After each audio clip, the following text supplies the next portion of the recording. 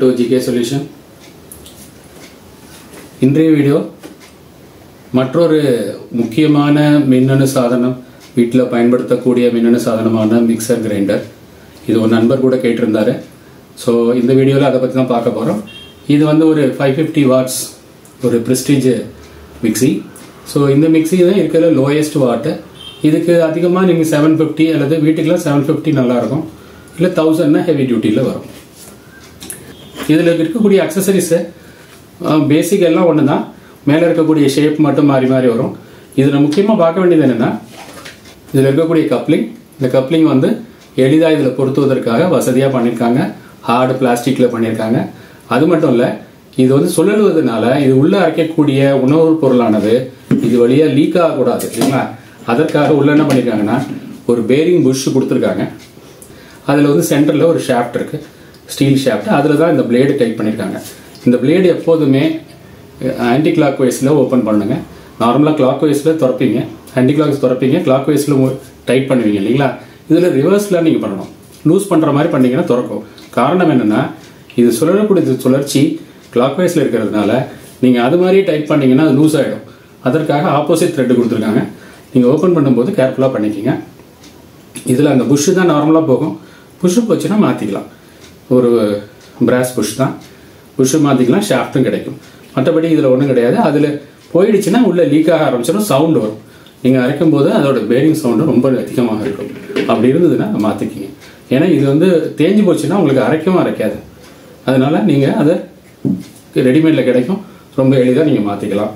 இதில் இருக்கக்கூடிய பாகங்களை தான் நம்ம டீட்டெயிலாக பார்க்க போகிறோம். இதில் வந்து 3 ஸ்பீடு கொண்டது. முதல் ஸ்பீடு நான் ஆன் பண்ணி காமிக்கிறேன். இதுக்கு என்னென்னா 1, 2, 3 ஸ்பீடு கொடுத்துருக்காங்க. Slow medium high. ஓகேங்களா. ஸோ இன்னொன்று வந்து ரிவர்ஸில் ஒரு பட்டன் கொடுத்துருக்காங்க. இப்போ அரைச்சி காமிக்கிறேன். இது எதற்காகனா ஸ்விங்னு சொல்லக்கூடியது. நீங்கள் எந்த உணவுப் பொருள், ஒரு தேங்காய் அந்த மாதிரி ஹார்டான பொருள் அரைக்கும் பொழுது எடுத்த உடனே டைரெக்டாக நீங்கள் மிஷினில் போட்டிங்கன்னா ஓவர்லோட் ஆகிடும். அதற்காக என்ன பண்ணால், சிறிய துண்டுகளாக்கிறதுக்கு நீங்கள் ஸ்விங்கில் போட்டு கொஞ்சம் கொஞ்சமாக சிறிய துண்டு ஆனதுக்கப்புறம் நீங்கள் மெயினில் போட்டுக்கலாம். அது கண்டிப்பாக அதை ஃபாலோ பண்ணுங்கள், உங்களுக்கு நல்ல லைஃப் கிடைக்கும். அது மட்டும் இல்லை, இதில் ஒரு சேஃப்டி ஃபீச்சர் கொடுத்துருக்காங்க. நீங்கள் ஏதோ ஒரு காரணத்தால் மோட்டரில் ப்ராப்ளம், மோட்டரில் இருக்க பேரிங் போயிடுச்சு, அல்லது நீங்கள் உணவுப் பொருள் ரொம்ப திக்காக இருக்குது அப்படின்னா அது வந்து ஓவர்லோட் ஆகிடும். ஓவர்லோட் ஆகிடணும்னா இது கீழே வந்து ஒரு ட்ரிப் சுவிட்ச் கொடுத்துருக்காங்க, தெர்மல் ப்ரொடெக்ட் சுவிட்சு. இது என்ன ஆகுனா மேனுவல் ரீசெட் சுவிட்ச். இது வந்து ஒரு பயோமெட்டாலிக் சுவிட்ச் தான். ஓவர் ஹீட் ஆகிடுச்சுன்னா அது ட்ரிப் ஆகிடும், பவர் சப்ளை கட் ஆஃப் பண்ணிடும். ஆனால் திருப்பி ஒரு கொஞ்ச நேரத்தில் இது கூலான உடனே மறுபடியும் ரீசெட் பண்ணிக்கலாம். ஆனால் இது அதுவாக ரீசெட் ஆகாது, நம்ம மேனுவலாக தான் ரீசெட் பண்ணணும். இது சேஃப்டிக்காக கொடுத்துருக்காங்க. என்ன காரணம்னா, என்ன காரணத்தால் அது வந்து ட்ரிப் ஆச்சு அப்படிங்கிறத செஞ்சு அதை சரி செஞ்சதுக்கப்புறம் நீங்கள் பண்ணணுங்கிறது தான் அதோட அர்த்தம். அதற்காக தான் கொடுத்துருக்காங்க. அதே மாதிரி இதை வந்து பைபாஸ் பண்ணுவதோ அல்லது இப்போ இது 2.2 ஆம்ஸுங்க, நீங்கள் 2.5 ஆம்ஸு 2.8 ஆம்ஸு போடக்கூடாது. அது என்ன கொடுத்துருக்காங்களோ அதுதான் நீங்கள் ரீப்ளேஸ் பண்ணணும். புரியுதுங்களா. கண்டிப்பாக எல்லா மிக்சிலையும் இந்த ரீசெட் சுவிட்சு இருக்கும், ஓவர்லோட் ப்ரொடெக்ஷன் சுவிட்சு இருக்கும். அது மட்டும் இல்லை, இதில் வந்து நமக்கு இப்போ இந்த ஜாரில் லீக் ஆகிடுச்சுன்னா இங்கே தான் அது இந்த தண்ணி வரும். இந்த தண்ணி மோட்டரில் இறங்கிச்சுன்னா மோட்டர் போயிடும். ஸோ அதுக்காக என்ன பண்ணியிருக்காங்கன்னா, இங்கே ஒரு ஹோல் பார்த்துருப்பீங்க. இந்த ஹோல் வழியாக தண்ணி ட்ரெயின் ஆகி உள்ள ஒரு டியூப் கனெக்டட் போட்டு இந்த இடத்துல வந்து வெளியில் வந்துடும். ஸோ எப்பொழுதுமே இந்த ஹோல் கிளியராக இருக்கான்னு மட்டும் வச்சுக்கோங்க. ஏன்னா எப்பொழுதுமே தண்ணி இல்லாமல் நம்ம லீக் இல்லாமல் அரைக்க முடியாது. சில நேரங்களில் தண்ணி வரும். அப்போ இது வழியாக அந்த தண்ணி வர்ற மாதிரி பார்த்துக்குங்க. புரியுதுங்களா. இது சோக் ஆகிடக்கூடாது. இதை வந்து அடிக்கடி நீங்கள் க்ளீன் பண்ணி வச்சுக்கோங்க. மற்றபடி இந்த மிக்சியில் வந்து நமக்கு உபயோகப்படுத்துவவர்களுக்கு தேவையான இன்ஸ்ட்ரக்ஷன் இவ்வளோ இருந்தால் போதும். நீங்கள் இதை அதோட மட்டும் இல்லை, முக்கியமான இன்ஸ்ட்ரக்ஷன் உங்களுக்கு சொல்லணும். இந்த மோட்டர் வந்து ஹை டார்க் மோட்டரு. இது ஏசிலையும் வேலை செய்யும், டிசிலையும் வேலை செய்யும், யூனிவர்சல் மோட்டரை. இதை பற்றி சில நேரத்தில் பார்க்க போகிறோம். இது வந்து என்னென்னா, இது டிசிலையும் வேலை செய்கிறதுனால இதுக்கு வந்து ஃப்ரீக்வன்சி தேவையில்லை. நம்ம ஃப்ரீக்வன்சி தான் நார்மலாக ஆர்பிஎம்மை டிசைட் பண்ணக்கூடியது. இதில் ஃப்ரீக்வன்சினால எந்த ஒரு மாறுதல்களும் ஏற்படாது. அப்போ என்ன ஆகுனா, லோடை பொறுத்து தான் இதோட ஆர்பிஎம். அப்போ நீங்கள் லோடு இல்லாமல் இதை ஸ்டார்ட் பண்ணிங்கன்னா ஃபுல் ஆர்பிஎம் போயிடும். ஃபுல் ஆர்பிஎம் போச்சுன்னா தேவையில்லாமல் அந்த கார்பன் பிரஷ்லாம் தேஞ்சு போய் ஸ்பார்க் வந்து எல்லாம் கெட்டு போயிடும். அதனால லோடு இல்லாமல் இந்த மிஷின் அரைக்கவே கூடாது, முக்கியமான ஒன்று. புரியுதுங்களா. இதை ஃபேன் மாதிரி இதை ஆன் பண்ணி வச்சுட்டு இதை பாடு ஓட விடக்கூடாது. ஓட விட்டிங்கன்னா மோட்டர் போயிடும். லோடே இல்லாமலே போயிடும். அதனால இந்த மோட்டர் ஸ்பெஷலாக லோடோட மட்டும்தான் அரைக்கணும், யூஸ் பண்ணணும். புரியுதுங்களா? அது ரொம்ப ரொம்ப முக்கியம். அது மட்டும் இல்லை, நீங்கள் லோடு இருந்தாலும் அது ஆர்பிஎம் கண்ட்ரோல் ஆகும், இல்லைன்னா ஓவர் ஹை ஸ்பீடு போய் உங்களுக்கு ட்ரிப் ஆகிடும். புரியுதுங்களா? ஸோ இப்போ கண்டிப்பாக இதே மிஷின், இதே சிஸ்டம், யூனிவர்சல் மோட்டர் தான் உங்களோட hand drilling machine, grinder machine எல்லாத்துலேயுமே வருது. ரொம்ப இதில் என்ன வசதினா, ஏசியிலையும் வேலை செய்யும், டிசியில் வேலை செய்யும். லோடு எடுத்த உடனே ஹெவி லோடு நம்ம கொடுக்கலாம், கொஞ்சம் கொஞ்சமாக கொடுக்கணும் அவசியம் இல்லை. ஸ்டார்டிங்லேருந்தே லோடு ஹெவி டார்க் இது எடுத்துக்கும். அது மட்டும் இல்லை, இதில் முக்கியமான ஒன்று என்னென்னா ரிவர்ஸ் பண்ணிக்கலாம். இப்போ ட்ரில்லிங் மிஷின் சில நேரங்கள் எல்லாம் ரிவர்ஸ் பண்ண தேவை இருக்கும். இதில் இருக்கக்கூடிய கார்பன் ப்ரஷ்ஷை நீங்கள் ரிவர்ஸ் பண்ணி, இதை எடுத்துக்கோங்க, வாஷிங் மிஷின் எடுத்தீங்கன்னா நமக்கு ரிவர்ஸ் பண்ண தேவை இருக்குது. இதே யூனிவர்சல் மோட்டர் யூஸ் பண்ணுவாங்க, உள்ளே வந்து என்ன பண்ணிடுவாங்கன்னா கார்பன் ப்ரஷ்ஷை பொலாரிட்டியை வந்து ஸ்வாப் பண்ணுவாங்க, ஸ்வாப் பண்ணணும்னா ரிவர்ஸ் ஆகிடும். ரொம்ப எளிதாக நம்ம ஆர்பிஎம் இண்டக்ஷன் மோட்டரில் ரிவர்ஸ் பண்ண முடியாது, இதில் அழகாக ரிவர்ஸ் பண்ண முடியும். புரியுதுங்களா? 3 ஃபேஸில் ரிவர்ஸ் பண்ணலாம், சிங்கிள் ஃபேஸில் பண்ணுவது சரி கடிதம். ஸோ இப்போ சிங்கிள் ஃபேஸ்லையும் பண்ண முடியுது, பட் இருந்தாலும் இது ரொம்ப யூஸ்ஃபுல்லாக இருக்கும். அதிக டார்க் தேவைப்பட வேண்டிய இடங்களில் இந்த யூனிவர்சல் மோட்டர் தான் யூஸ் பண்ணுறாங்க. ஏசியில் யூஸ் பண்ண, டிசியில் நம்ம டிசியில் யூஸ் பண்ண போகிறதில்ல, ஏசியில் யூஸ் பண்ணிக்கிறோம்.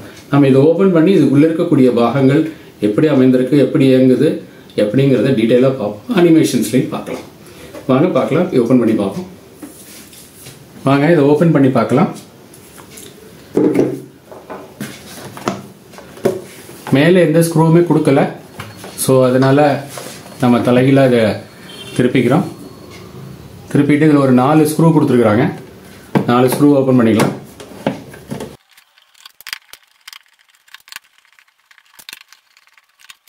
இப்போ 4 ஸ்க்ரூ ஓப்பன் பண்ணியாச்சு. இதை ரிமூவ் பண்ணலாம். ஓகே,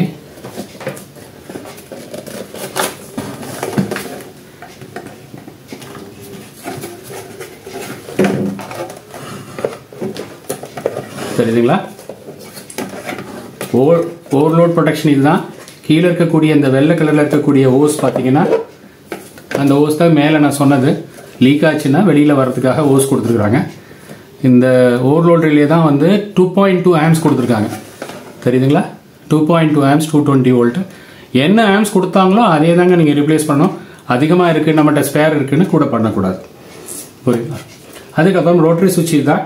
இதில் சென்டர் பாயிண்ட் வந்து இந்த இங்கே உள்ளே இருக்கிறது கருப்பு கலரில் இருக்கக்கூடிய ஒயர் சென்டர் பாயிண்ட்டு.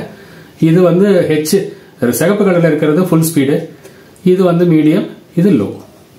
இதுக்கு ரிவர்ஸில் இருக்கிறது இதோட கனெக்ட் பண்ணியிருப்பாங்க லோவோட, அதனால அது தெரியல. பட் ரிவர்ஸில் இருக்கிறது நமக்கு லோ ஸ்பீடில் ஓடும். பாருங்க, இதில் இருக்கக்கூடிய மோட்டர் அமைப்பு தான். இன்னும் நம்ம பிரிக்கலாம். இதற்குள்ள ஒரு 3 ஸ்க்ரூ இருக்கு. 3 ஸ்க்ரூ ஓப்பன் பண்ணிக்கலாம். அதற்கு முன்னாடி கனெக்ஷன்ஸ் வந்து நம்ம இந்த ஒயர் ரிமூவ் பண்ணிக்கலாம், ப்ராப்ளம் இல்லை. ஆனால் நீங்கள் திருப்பி கொடுக்கும்போது ஒரு ஃபோட்டோ எடுத்து வச்சுக்கிட்டிங்கன்னா கொஞ்சம் ஈஸியாக இருக்கும்.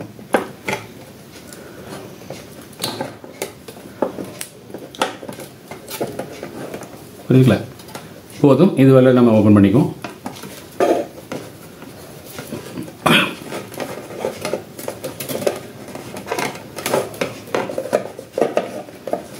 இப்போ கிளியராக தெரியுதுன்னு நினைக்கிறேன். சரிங்க, இப்போ நம்ம நடுமூலில் இருக்கக்கூடிய 3 ஸ்க்ரூ ஓப்பன் பண்ணிக்கலாம்.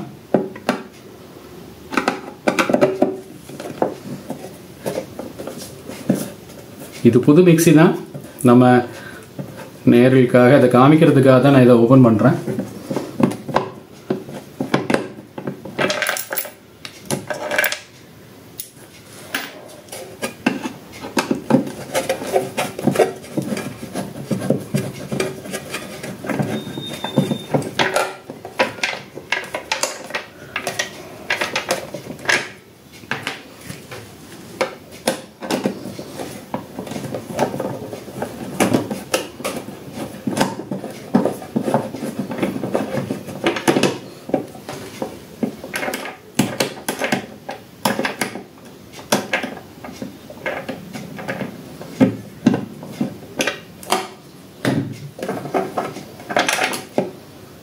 ஓப்பன் பண்ணியாச்சு. இப்போ இதை வந்து நம்ம என்ன செஞ்சுக்கலாம், அப்படி சைடில் சாய்ச்சிட்டு மேலே இருக்கக்கூடிய போர்ஷனை தனியாக எடுத்துக்கலாம். ஆனால் இதில் என்னென்னா இந்த ஹோஸ் இருக்குது, வேற ஒன்றும் கிடையாது, எலக்ட்ரிக்கல் லைன் கிடையாது, இந்த ஹோஸ் இருக்குது. ஸோ இப்போ இந்த ஹோஸ் எல்லாம் பாருங்கள் மடிஞ்சிருக்கு பார்த்தீங்களா, இதுதான் ப்ராப்ளமு. அதனால தான் நம்ம மேலே எல்லாம் அசம்பிள் பண்ணதுக்கப்புறம் மேலே இருந்து ஒரு கம்பி மாதிரி விட்டிங்கன்னா அது வந்து ஸ்ட்ரைட் ஆகிடும். இதில் மேலே என்ன பண்ணியிருக்காங்கன்னா எங்கேயுமே ஸ்க்ரூ கிடையாது பாருங்கள். இதில் இருக்கக்கூடிய வைப்ரேஷன் வந்து கொஞ்சம் கேப் கிடைக்கணுங்கிறதுனால ஒரு குஷன் எஃபெக்ட் கொடுத்துருக்குறாங்க பாருங்கள். இந்த மோட்டர் நான் வெளியில் எடுக்கிறேன் பாருங்கள், ரப்பர் கொடுத்துருக்காங்களா, இந்த ரப்பரில் வந்து இது சீட் ஆகிடும் புரியுங்களா. ஏன்னா டைட்டாக ஸ்க்ரூ பண்ணாங்கன்னா இந்த வைப்ரேஷன் பூரா இந்த பிளாஸ்டிக் போய் பிளாஸ்டிக் கிராக் ஆகிடும். இது இருக்கக்கூடிய மோட்டர் இவ்வளோ தாங்க. இதை பாருங்கள், இது வந்து ஒரு பிளாஸ்டிக் சப்போர்ட்டு, இது சென்டர் ஷாஃப்ட்டு, இதுக்குள்ளே இருக்கக்கூடிய பிளேடு ஃபேன், இது எல்லாமே நம்ம டீட்டெயிலாக பார்க்க போகிறோங்க. இப்போதைக்கு நீங்கள் இதில் எப்படி அமைந்திருக்குன்னு மட்டும் பார்த்துக்குங்க. நம்ம வந்து வீடியோவில் நம்ம இந்த வைண்டிங் முதற்கொண்டு எப்படி செய்கிறது, எப்படி அமைஞ்சிருக்கு, எப்படி அதுக்குள்ளே காந்த சக்தி உருவாகி இந்த மோட்டர் சுற்றுது எல்லாமே நம்ம பார்க்கலாம். அது மட்டும் இல்லை, இதில் கப்பாசிட்டர் கிடையாது, இண்டக்ஷன் மோட்டர் கிடையாதுங்க. அது ஸ்லிப்பரிங் மோட்ரு, அதாவது காம்படேஷன் உள்ள மோட்ரு, கார்பன் பிரஷ் வச்சு ரோட்டருக்குமே சப்ளை கொடுத்துருப்பாங்க. ரோட்டர்லேயுமே வைண்டிங் இருக்கும். எல்லாமே நம்ம சிறிது நேரத்தில் பார்க்கலாம். 2 ப்ரஷ்ஷு கொடுத்துருக்காங்க பார்த்தீங்களா, இது ரெண்டும் ஃபீல்டுன்னு சொல்கிறதுங்க. ஃபீல்டுங்கிறது நான் என்னென்னு சிறிது நேரத்தில் சொல்கிறேன். ஃபீல்டுங்கிறது வேற ஒன்றும் இல்லை, நம்ம மின் அழுத்தத்தை கொடுத்து காந்த சக்தியை உருவாக்கணும்னா அதுக்கு பேர் ஃபீல்டு புரியுதுங்களா. ஆர்மேச்சருங்கிறது அந்த காந்த சக்தியில் ஒரு கண்டக்டரை நம்ம வந்து நிறுத்தணும்னா அந்த கண்டக்டர் சுழல ஆரம்பிக்கும், அது காந்தமாக மாறி சுழல ஆரம்பிக்கும், அது ஆர்மேச்சூர்னு சொல்லுவோம். இதில் வந்து ரோட்டர் தான் ஆர்மேச்சூர். இந்த ரோட்டரில் உள்ள பாருங்க, உள்ள வந்து ஒரு காமுடேட்டர்னு சொல்லக்கூடிய ஒரு செக்மெண்ட் இருக்கு. அது வழியாக தான் நம்ம இந்த ரோட்டருக்கு சப்ளை கொடுக்க போகிறோம். ஏன்னா ரோட்டர் சுரண்டுட்டு இருக்கிறதுனால கார்பன் பிரஷ் ஸ்லிப்பரிங் மோட கார்பன் பிரஷ் வழியாக தான் கொடுக்க முடியும். 2 கார்பன் பிரஷ் கொடுத்துருக்காங்க. அது போக ஃபீல்டு காயில் 2 கொடுத்துருக்காங்க. அப்படின்னா 2 போலுங்க. அது நார்மலாக மிக்சி வந்து 2 போலாக தான் இருக்கும். இந்த உள்ளே இருக்கக்கூடிய ரோட்டரை பற்றி டீட்டெயிலாக நம்ம இன்னும் பார்க்கலாம் புரியுங்களா. ஸோ இப்போ முக்கியமாக தெரிஞ்சிக்க வேண்டியதுன்னா ஃபீல்டு காயிலுங்கிறது இதுதான். இந்த காயில் வந்து ஃபீல்டு காயில், இது 2 இருக்கும், இந்த பக்கம் ஒன்று பின்பக்கத்தில் ஒன்று இருக்குது. அது போக ரோட்டரில் பார்த்தீங்கன்னா வைண்டிங்ஸ் இருக்குது.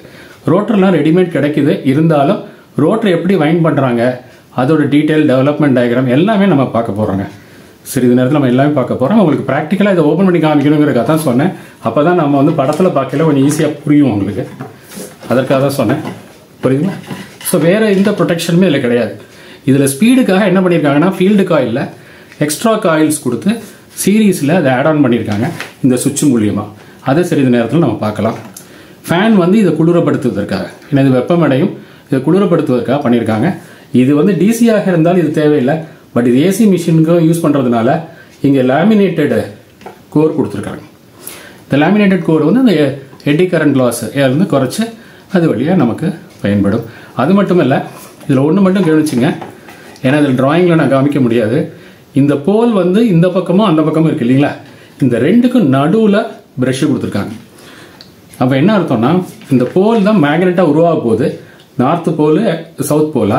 இந்த 2க்கும் நடுவில் உள்ளது மேக்னெட்டிக் ஆக்சிஸ்ங்க, மேக்னெட் ஆக்சிஸ்ன்னு சொல்லுவாங்க. அந்த மேக்னெட் ஆக்சிஸில் தான் நம்ம நியூட்ரலாக இருக்கோம், அதாவது நார்த் போலும் இருக்காது சவுத் போலும் இருக்காது.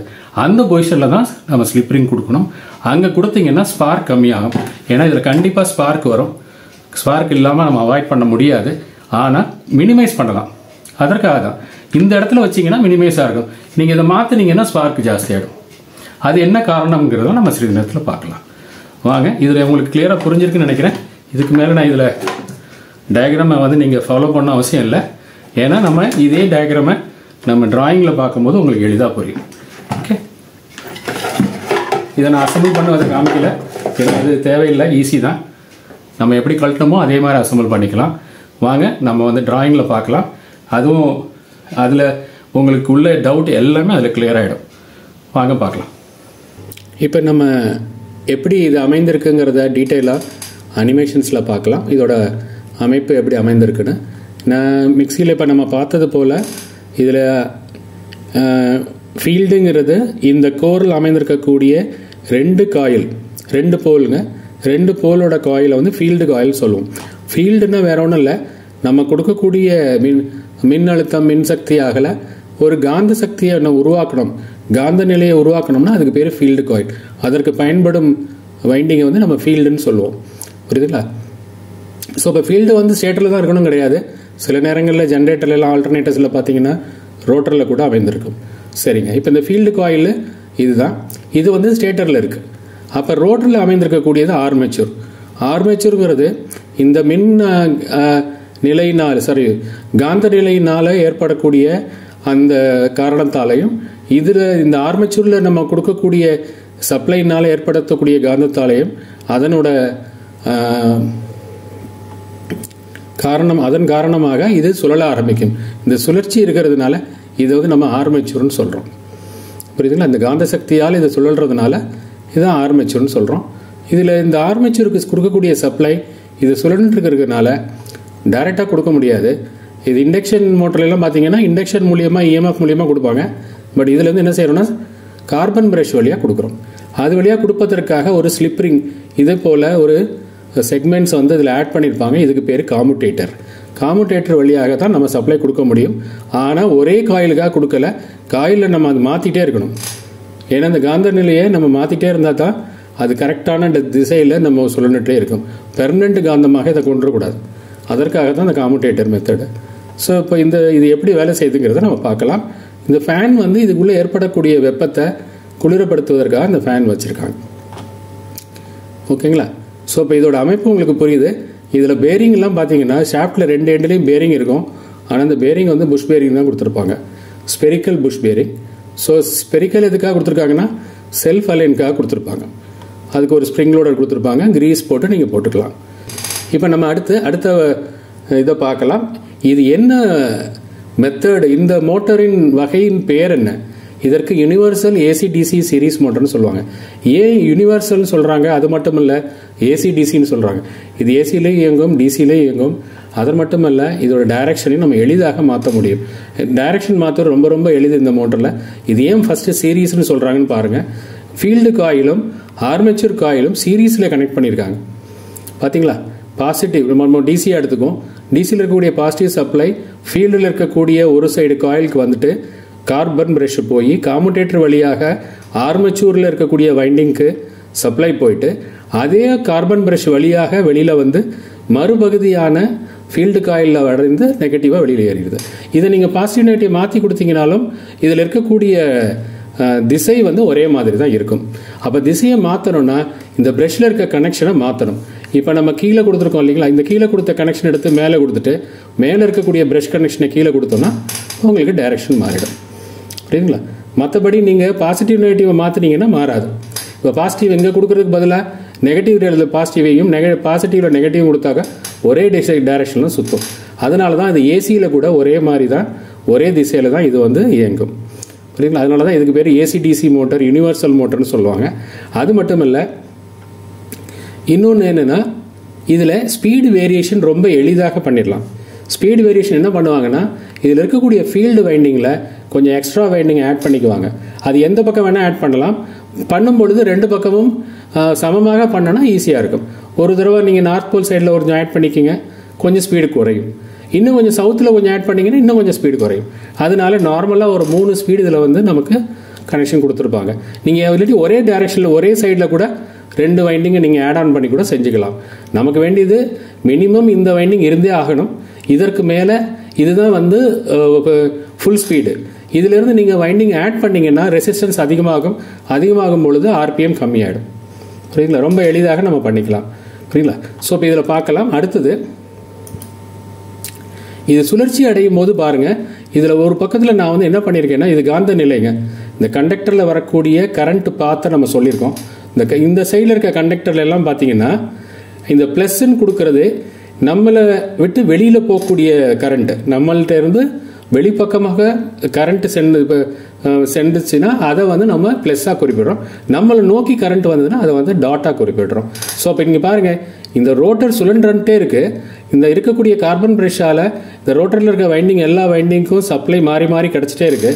ஆனால் காந்த நிலை பார்த்தீங்கன்னா ரைட் சைடில் பூரா ஒரு திசையிலையும், லெஃப்ட் சைடு இடது பக்கத்தில் ஒரு திசையிலையும், வலது பக்கத்தில் ஒரே திசையில் இருக்குது. அது மாறலை. புரியுதுங்களா? ஈவன் ரோட்டர் சுற்றினா கூட அந்த காந்த நிலை வந்து மாறலை. அதுதான் இதோட இதுவே அட்வான்டேஜ். இது என்ன ஆகுன்னா நமக்கு ஒரே திசையில் அது ஓடிட்டே இருக்கும். புரியுங்களா? ஸோ இப்போ இந்த மெத்தட் மூலியமாக தான் கொடுத்துருக்குறாங்க. இன்னும் டீட்டெயிலாக பார்க்கலாம். இந்த நடுவில் இருக்கக்கூடிய காமுடேட்டர் கனெக்ஷன் எப்படி கொடுத்துருக்காங்கிறத டீட்டெயிலாக பார்க்கலாம். இப்போ காமுடேட்டர் பார்த்தீங்கன்னா இதில் இருக்கக்கூடிய மேலே இருக்கக்கூடிய செக்மெண்ட் ஒன்றுக்கு ஒன்று தொடர்பு கிடையாதுங்க. ஆனால் உள்ளுக்குள்ளே வைண்டிங் கொடுத்துருக்கோம் பார்த்தீங்களா, இதுதான் காமுடேட்டரில் நம்ம கொடுத்துருக்கக்கூடிய வைண்டிங். ஸோ இப்போ இந்த வைண்டிங் வந்து நான் ஒரு செக்மெண்ட்லேருந்து அடுத்த செக்மெண்ட்டுக்கு, ஒரு ஆரஞ்சு கலர் செக்மெண்ட்டுங்க ஒரு செக்மெண்ட்டுங்க, ஒரு செக்மெண்ட்லேருந்து அடுத்த செக்மெண்ட்டுக்கு ஒரு வைண்டிங் கொடுத்துருக்கோம். அது சீரீஸில் கண்டினியூஸாக இருக்குது. புரியுதுங்களா? ஸோ அப்போ என்ன பண்ணுறோன்னா, இப்போ இதில் பாருங்கள், இங்கேருந்து வைண்டிங் ஆரம்பித்து அடுத்த செக்மெண்ட்டில் முடியுது. அதே மாதிரி ரைட் சைட்லேயும் வருது. இப்படி தொடர்ச்சியாக வந்து கீழே வந்துடுது. நம்ம சப்ளை வந்து மேலேயும் கீழேயும் தான் கொடுக்குறோம். அப்படி கொடுக்கும் பொழுது இந்த கரண்ட்டு 2 பாத் வழியாக போகும். ஒரு பாத்து இப்படி போகும், இப்படி சீரீஸில் போகும். சீரீஸில் போய் இந்த ப்ரெஷ்ஷை வந்து அடையும். இன்னொரு பாத்து அதே பேரலாக இந்த திசையில் போகும். அப்போ ஆப்போசிட் திசையில் வரும். அப்போ லெஃப்ட் சைடில் வந்து நார்த் போலாகும், ரைட் சைடில் வந்து சவுத் போலாகவும் இருக்கும். இப்போ நீங்கள் சுழற்சி அடையும் போது பாருங்கள், அது மாதிரி இந்த செக்மெண்ட் டு செக்மெண்ட் மாறுதே ஒழிய, ஆனால் இடது பக்கத்தில் ஒரே மாதிரி தான் நமக்கு வருது, அதே மாதிரி வலது பக்கத்தில் வருது. அது மட்டும் இல்லை, இன்னொன்று பார்த்தீங்கன்னா சில நேரங்களில் இந்த ப்ரெஷ்ஷு வந்து 2 செக்மெண்ட்டை ஒரே சமயத்தில் டச் பண்ணுது. இப்போ நான் சுற்றுறேன் பாருங்கள், ஒரு சில சமயத்தில் 2 இதுலேயும் ஒரே சமயத்தில் டச் பண்ணுது.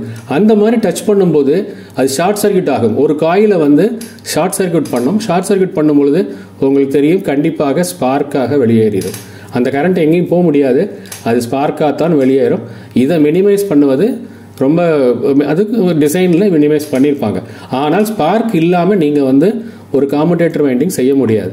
அப்போ கண்டிப்பாக மிக்சியை ஆப்ரேட் பண்ணும் பொழுது அல்லது hand grinder, drilling machine operate பண்ணும் பொழுது அந்த ப்ரெஷ்ஷில் ஸ்பார்க் வரத்தான் செய்யும். இந்த ஸ்பார்க்கை கம்மி பண்ணணும்னா என்ன பண்ணணும், இந்த ப்ரெஷ்ஷை வந்து ஹை ரெசிஸ்டன்ஸ் ப்ரெஷ் போட்டுருவாங்க.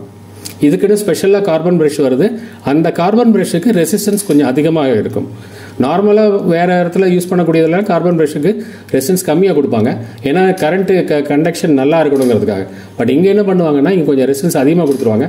அந்த ரெசிஸ்டன்ஸ் இந்த ஷார்ட் சர்க்யூட் எடுத்துக்கும். அந்த மாதிரி அந்த ரெசிஸ்டன்ஸ் எடுத்துக்கிச்சுன்னா இந்த ஸ்பார்க் கம்மியாகிடும். அதனால ஹை ரெசிஸ்டன்ஸ் கார்பன் ப்ரெஷ்ஷஸ் இதில் உபயோகப்படுத்திக்குவாங்க.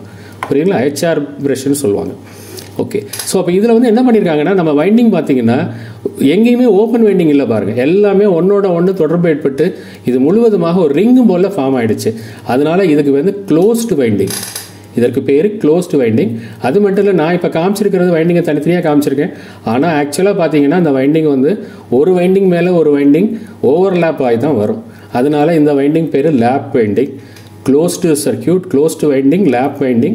அது மட்டுமல்ல, இப்போ நீங்கள் ஸ்டேட்டரில் இருக்கக்கூடிய இது பார்த்தீங்கன்னா, சாரி, இந்த ஆர்மேச்சரில் இருக்கக்கூடிய ஸ்லாட்டு பார்த்தீங்கன்னா 12 இருக்கும். ஆனால் இந்த காமுடேட்டரில் பார்த்தீங்கன்னா 24 இருக்கும். டபுளாக இருக்கும்.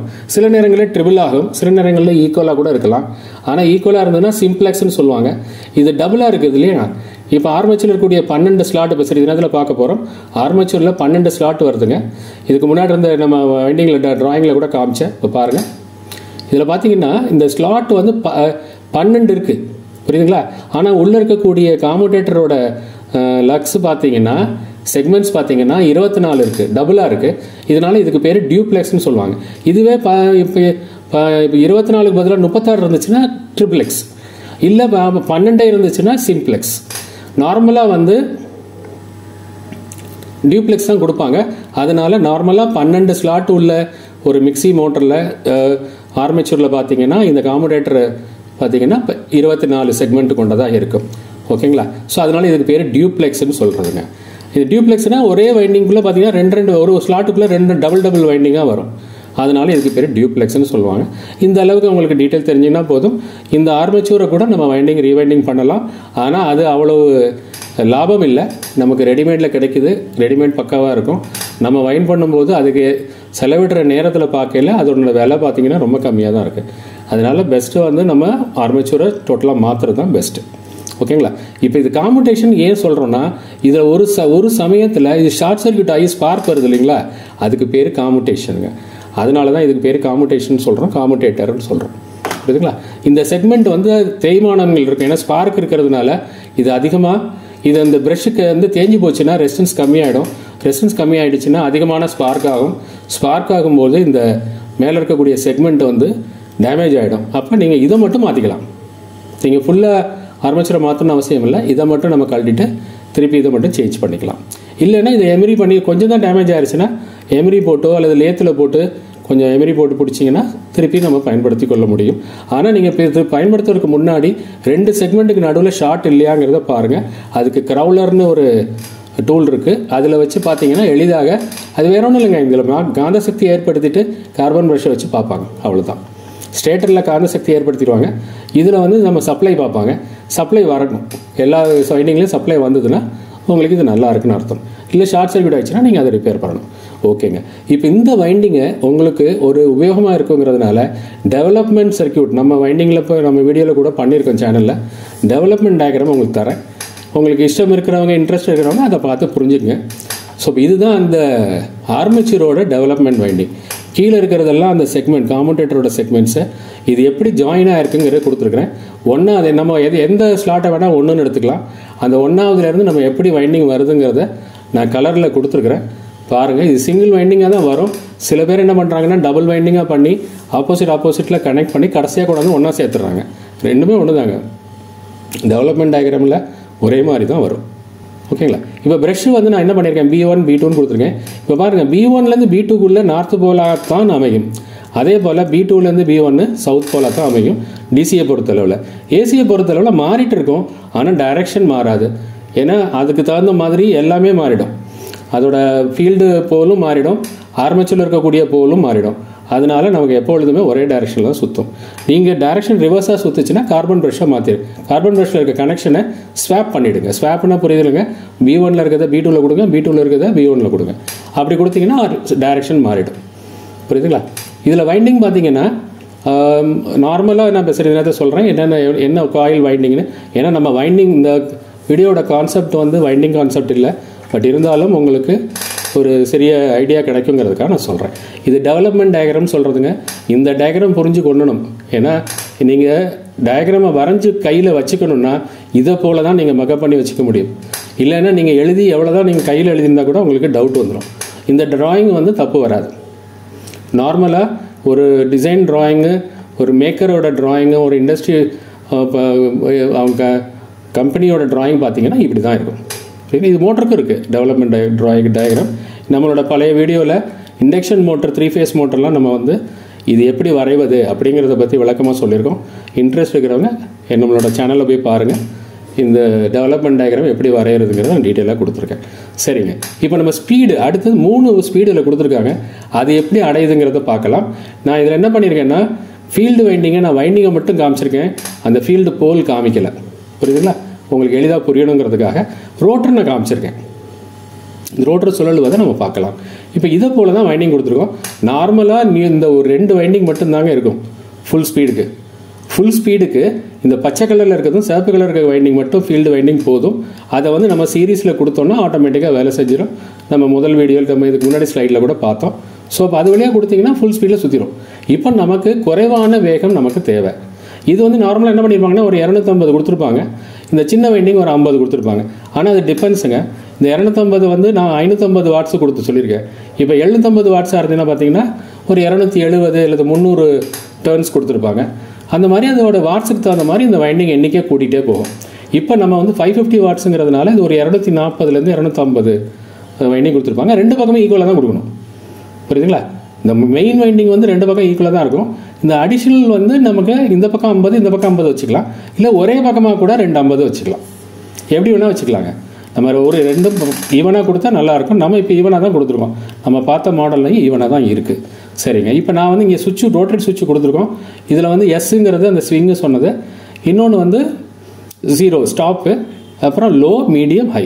நான் ஃபஸ்ட்டு ஹை கொடுத்துட்றேன், அதற்கப்புறம் லோ பண்ணிட்டு வரேன். ஏன்னா அது கொஞ்சம் எளிதாக இருக்கும் புரிந்து கொள்வதற்காக. அது மட்டும் இல்லை, ஃபேஸ்லேருந்து வர லைனை ஓவர்லோட் ப்ரொடெக்டர் வழியாக தான் கொடுத்துருப்பாங்க. இந்த ஓவர்லோட் ப்ரொடெக்டர் உங்களுக்கு முன்னாடி சொல்லியிருக்கேன். இது மேனுவல் ரீசெட் உள்ளது. இது ஓவர் கரண்ட் ஆகிடுச்சுன்னா உள்ளே இருக்க பயோமெட்டாலிக் ஸ்ட்ரிப் வந்து இந்த பவர் லைனை கட் பண்ணி விட்டுரும். ஆனால் திருப்பி கூல் டவுன் ஆனால் ஆட்டோமேட்டிக்காக ரீசெட் ஆகாது. நம்ம தான் இந்த பட்டனை ப்ரெஸ் பண்ணி ரீசெட் பண்ணணும். பண்ணுவதற்கு முன்னாடி என்ன காரணத்தினால ஆச்சுன்னு கண்டுபிடிச்சி அதை சால்வ் பண்ணிவிட்டு அப்புறம் ரீசெட் பண்ணுங்க. அதற்காக தான் அது கொடுத்துருக்காங்க. சரிங்க. இப்போ நான் ஹையில் கொடுக்க போகிறேன். ஃபஸ்ட்டு ஹை கொடுத்தோன்னே என்ன நடக்குது பாருங்கள். இப்போ இந்த டைரக்ஷன் பவர் ஃபேஸ் வந்து இந்த ஹை வழியாக உள்ளே போகுது, நியூட்ரல் வழியாக வெளியில் வருது. எப்படி வருதுன்னு பார்க்கலாமா? பாருங்கள், பார்த்தீங்களா? ஹை வழியாக வந்து நியூட்ரல் வழியாக வெளியில் வருது. ஸோ இப்போ இந்த மாதிரி தான் ஆங்கிள் கிராஸாக கொடுக்கணுங்க. அப்போ தான் உங்களுக்கு வந்து direction north pole south pole ப்ராப்பராக அமையும். எப்பொழுதுமே இங்கே வந்து ரைட் சைடில் டாப்பில் எடுத்திங்கன்னா லெஃப்ட் சைடில் டவுனில் எடுங்க. எப்பொழுதுமே அந்த மாதிரி தான் ஒரு சர்க்யூட் கனெக்ஷன் கொடுக்கணும். புரியுங்களா? ஸோ இந்த வைண்டிங்கோட டைரக்ஷன்ஸ் எல்லாம் ஒரே மாதிரி இருக்கணும். இதில் லெஃப்ட் ஹேண்ட் ரைட் சைடு, அது ரைட் ஹேண்ட் சைடாக சுற்றப்படாது. கிளாக் வைஸ் சுற்றினீங்கன்னா எல்லாமே clockwise, anti clock wise சுற்றினீங்கன்னா எல்லாமே ஆன்டி கிளாக் வைஸில் சுற்றணும். சரிங்களா? ஸோ இப்போ ஹை ஸ்பீட், இதுதான் மேக்ஸிமம் ஸ்பீட். இதுக்கு மேலே அதிகப்படுத்த முடியாது. இப்போ ஸ்லோ பண்ண என்ன பண்ணணும், இந்த காயிலோட எண்ணிக்கையை அதிகப்படுத்துவது மூலியமாக இதோட ரெசிஸ்டன்ஸ் அதிகமாகும். இப்போ நான் என்ன பண்ண போறேன்னா, ரைட் சைடில் இருக்கக்கூடிய இந்த பச்சை வண்ணத்தில் இருக்கக்கூடிய லைட் பச்சையில் இருக்கக்கூடிய வைண்டிங்கை வந்து இந்த சிகப்பு வைண்டிங்கோட சீரிஸ் பண்ண போகிறேன். எப்படி பண்ணணும்னு பார்க்கலாமா? மீடியமில் வைக்கிறேன். மீடியமில் வச்சோன்னே என்ன ஆகுது பாருங்கள், இந்த சப்ளை வந்து மீடியம் வழியாக போய் நேர இந்த பச்சை வண்ண 50 எண்ணிக்கை கொண்ட டர்ன்ஸை கொண்ட இந்த காயில் வழியாக போயிட்டு திருப்பி இது வழியாக வந்து சிகப்பு வண்ணத்தில் இருக்கக்கூடிய மெயின் ஃபீல்டு வழியாக போயிட்டு ப்ரஷ் வழியாக போய் ஆர்மேச்சூரை சுற்றிட்டு ஆர்மேச்சூர் வழியாக இது வழியாக வந்து வெளில வந்துடுது. பாருங்கள், பார்த்தீங்களா? இப்போ பாருங்கள், ஸ்பீடு கம்மியாயிடுச்சு. ஏன்னா இதில் ஒரு 50 டர்ன்ஸ் கொண்ட அடிஷனல் காயிலை சீரீஸில் நம்ம ஆட் பண்ணியிருக்கோம். சீரீஸில் ஆட் பண்ணும்போது ரெசிஸ்டன்ஸ் அதிகமாகிட்டே போதும், பேரலில் ஆட் பண்ணும்போது ரெசிஸ்டன்ஸ் கம்மியாகிட்டே போகும். ஸோ இப்போ சீரீஸில் பண்ணும்போது ரெசிஸ்டன்ஸ் அதிகமாகுது, வைண்டிங்கோட எண்ணிக்கையும் அதிகமாகுது, அதனால ஆர்பிஎம் கம்மி ஆகிடுச்சு. இப்போ இன்னும் கொஞ்சம் கம்மி பண்ணலாமா? இன்னும் கொஞ்சம் கம்மி பண்ணணும்.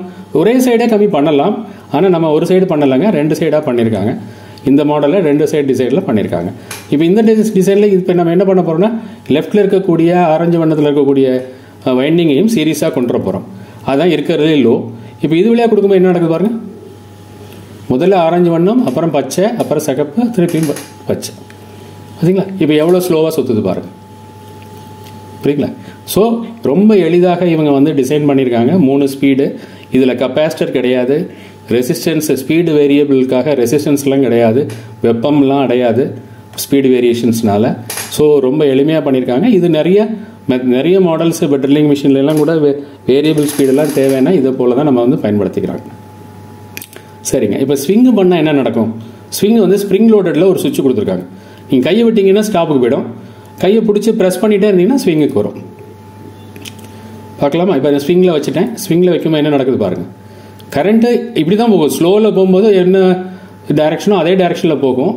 ஆனால் பார்த்தீங்களா, நீங்கள் ப்ரெஸ் பண்ணும்போது ஓடும், கையை விட்டுட்டிங்கன்னா நின்றுடும். ஸோ இப்போ இதை போல் நீங்கள் வந்து ஃபஸ்ட்டு இனிஷியல் கிரைண்டிங் பண்ணிவிடுங்க, அதுக்கப்புறம் யூஸ் பண்ணிங்கன்னா உங்களுக்கு அதிக கரண்ட்டு எடுக்காது. சரிங்களா? உங்களுக்கு அரைக்கிறதுக்கும் எளிதாக இருக்கும். இதை வந்து ஒரு ப்ராக்டிஸாக நீங்கள் எடுத்துக்கிறது நல்லது. ஸோ இப்போ இந்த வீடியோவில் வந்து நம்ம நிறைய விஷயங்களில் வந்து இந்த வைண்டிங்கை பற்றி டீட்டெயிலாக ஒரு மிக்ஸி எப்படி ஆப்ரேட் பண்ணுதுங்கிறதுக்கு ஒரு எளிமையான முறையில், அதுவும் இல்லாமல் முக்கியமான விஷயங்களை நம்ம இந்த வீடியோவில் நம்ம வந்து விவாதித்திருக்கிறோம். கண்டிப்பாக இந்த வீடியோ ஒரு உபயோகமான ஒரு வீடியோவாக உங்களுக்கு அமைஞ்சிருக்குங்கிறது நம்பிக்கை இருக்குது. கமெண்ட்ஸில் கொடுங்க. இதை போல் நம்ம இன்னும் ஒரு வீடியோ, அடுத்த வீடியோவில் இன்னும் பல நண்பர்கள் பல வீட்டு உபயோகமான சாதனங்களை பற்றி கேட்டிருக்காங்க. 1 by 1 நம்மளால் முடிந்த அளவுக்கு வரப்போகிற வீடியோக்களில் பார்க்கலாம். கண்டினியூஸாக மானிட்டர் பண்ணுங்கள். தேங்க்ஸ் ஃபார் வாட்சிங் நண்பர்களே. தேங்க்ஸ்.